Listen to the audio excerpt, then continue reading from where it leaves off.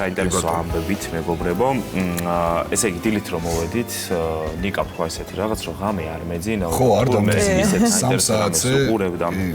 კი ბატონო, ესე იგი 2026 წლის 1 აპრილი ისტორიაში ალბათ სამუდამოდ ჩაიწერება, იმიტომ რომ 54 წლის შემდეგ პირველად მთვარეზე ადამიანები ბრუნდებიან.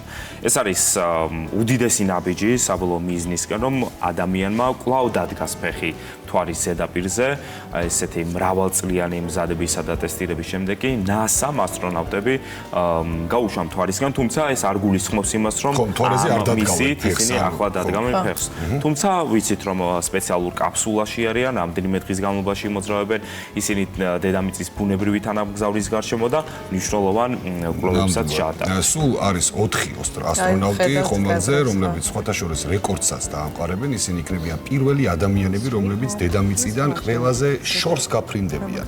ასე შორს ადამიანი აქამდე ჯერ არ ყოფილა. მისია ადრიანია და ასტრონავტები კაფსულა ორიონით იმოძრავებენ მთვარის გარშემო. კოსმოსური ხომალდი 2 დღის განმავლობაში დედამიწის ორბიტაზე იმოძრავებს და ამის შემდეგ გაეშურება მთვარისკენ. ამ 2 დღის განმავლობაში ეკიპაჟი დატესტავს სიცოცხლისთვის აუცილებელ სისტემებს. და თან ესეც უნდა აღინიშნოს, რომ პირველად ისტორიაში მთვარის ბნელ მხარეზე გაფრინდებიან, სადაც რამოდენიმე ათეული საათის განმავლობაში დედამიწასთან საერთოდ კონტაქტსაც დაკარგავენ და იქნებიან ღია სივრცეში, ღია.